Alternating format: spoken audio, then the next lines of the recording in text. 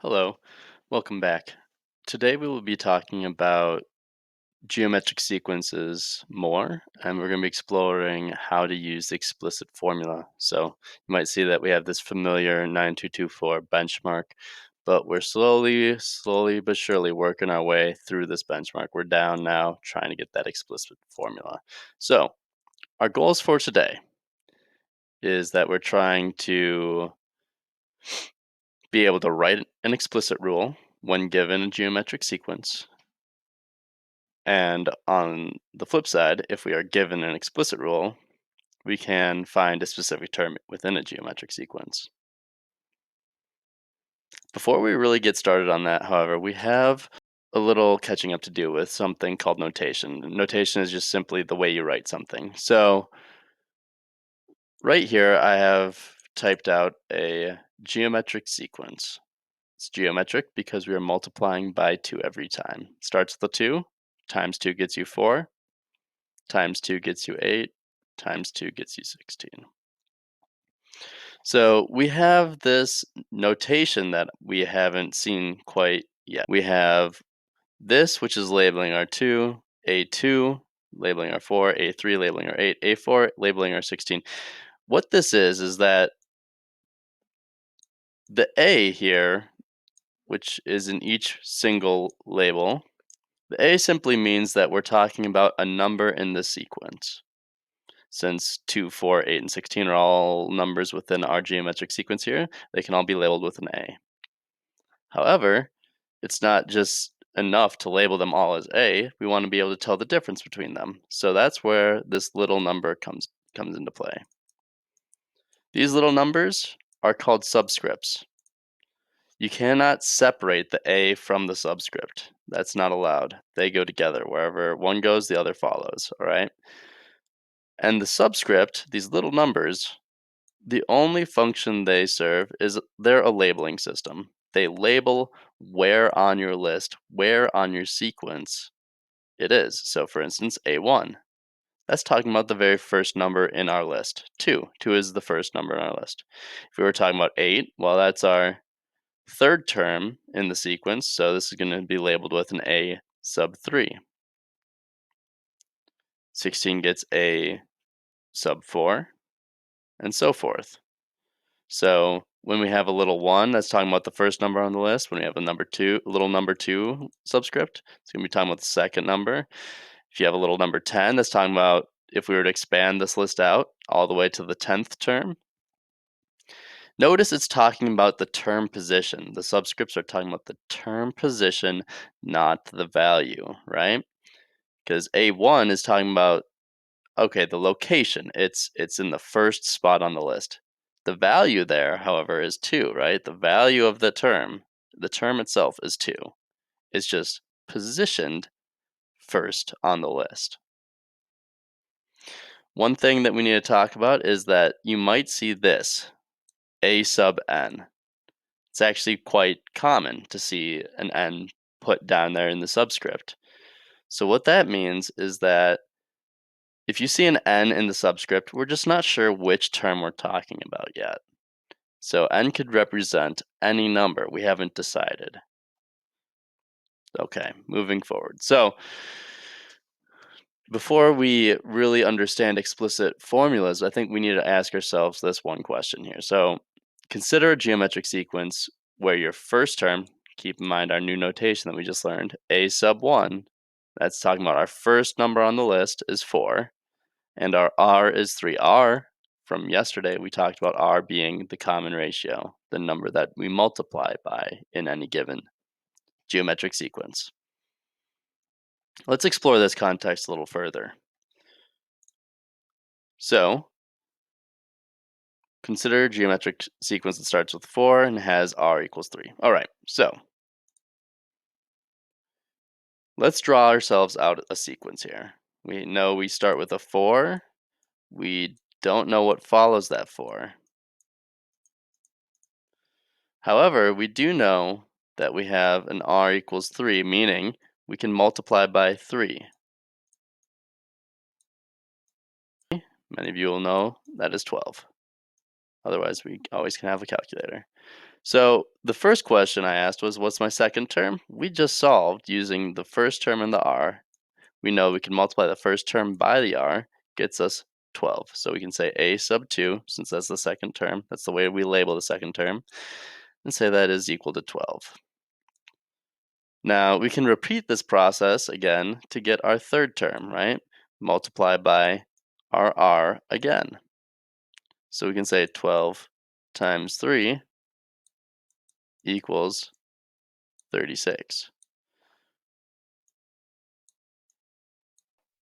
Down below, we're asking now for the sixth term. That's a little bit more tricky, right? We know we have the 4 to start with. That's the second term. So this is a2.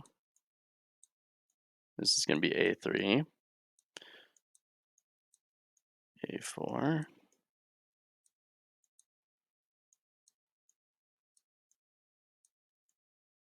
a5, and a6 finally.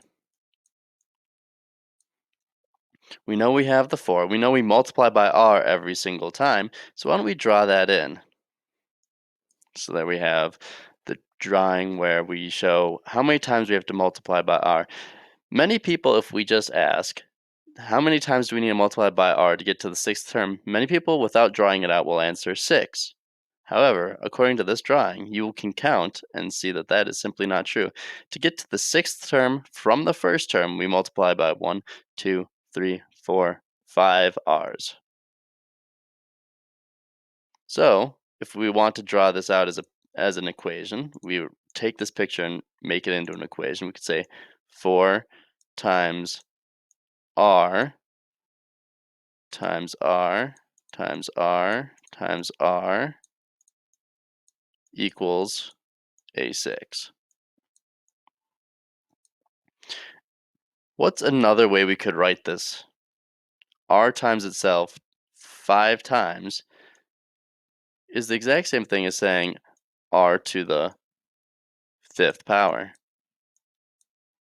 That's important. That's a huge step to know that repeated multiplication is the same thing as an exponent.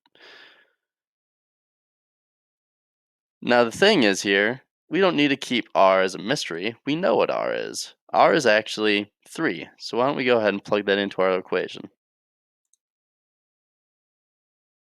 So all we need to do is say 4 times 3 to the fifth power. This right here is the button that you can click in order to put a power on a number in the calculator on Desmos. So as you can see, we type that in, it gets us our sixth term, which is 972.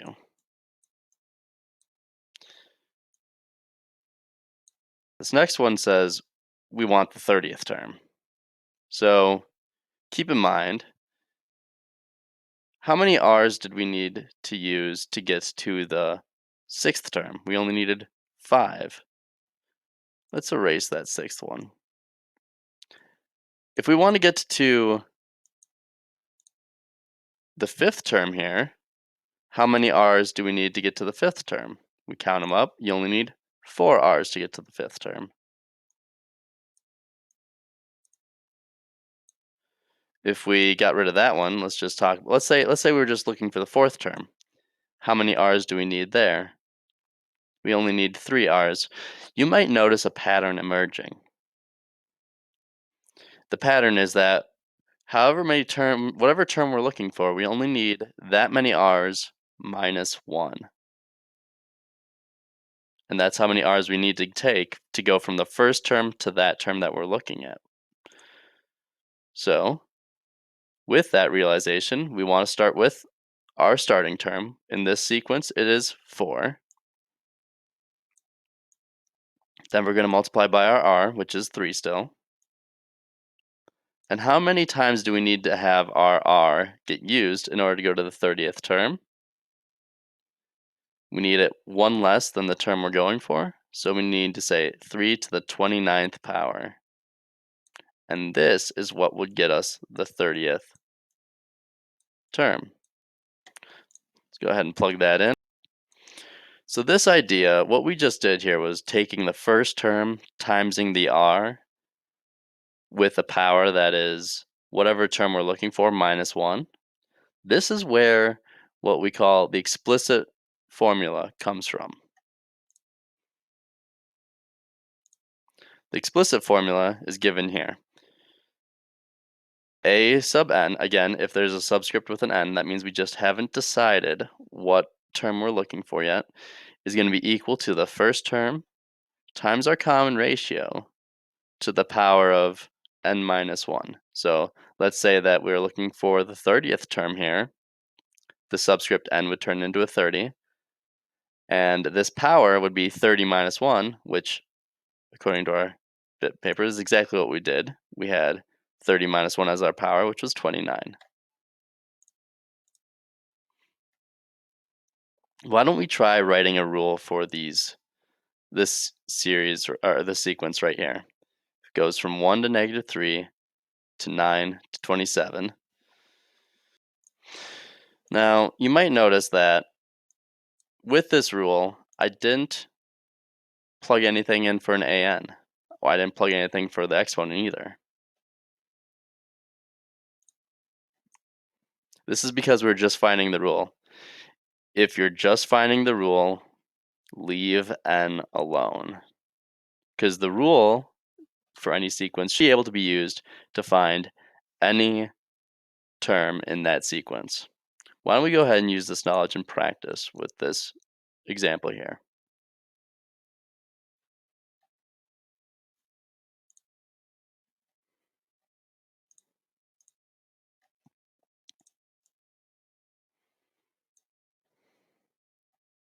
So I'm going to copy the explicit rule down so we can keep that fresh in our mind. So with this rule, we're writing the rule for the first problem, which means we're leaving n alone for now. So an equals a1. What's our first term on this sequence? First term is 1,000. What's our r? Now that's a more tricky question, maybe not obvious right now. In order to find our r, we could say, oh, I know that we have 1,000. And I know in order to go from 1,000 to -200,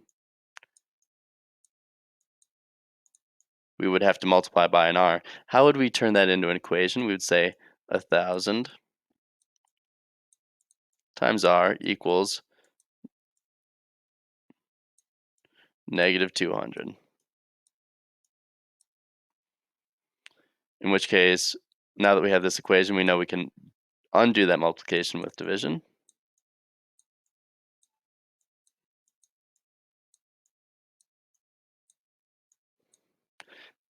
The thousands cancel out. And this -200 over 1,000 will simplify to be -1/5. Or if you plug that into your calculator, it should be -0.2. I'll keep it as a fraction. So now I'm plugging that into the rule, where our r should go. And the exponent, we leave alone, because we're just writing the rule. So we leave n alone. And this is our explicit rule for this particular sequence. Now down for number 2, it says to use that rule to find the 8th term. What we do here now, we're not asking you to give me the rule. We found the rule already. So at this point, we can actually plug in for an n. We're asking for a very specific term. We've now made up our mind which term we want to look for. We're looking for the 8th term. So we get to say 1,000 times the -1/5 to the power of 8 minus 1. If we simplify that, let's go ahead and type that into our calculator here.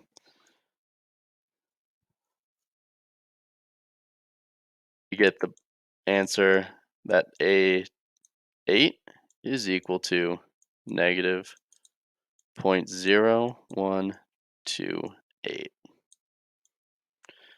One thing I did forget to mention is you might notice that I put my R in parentheses for this one.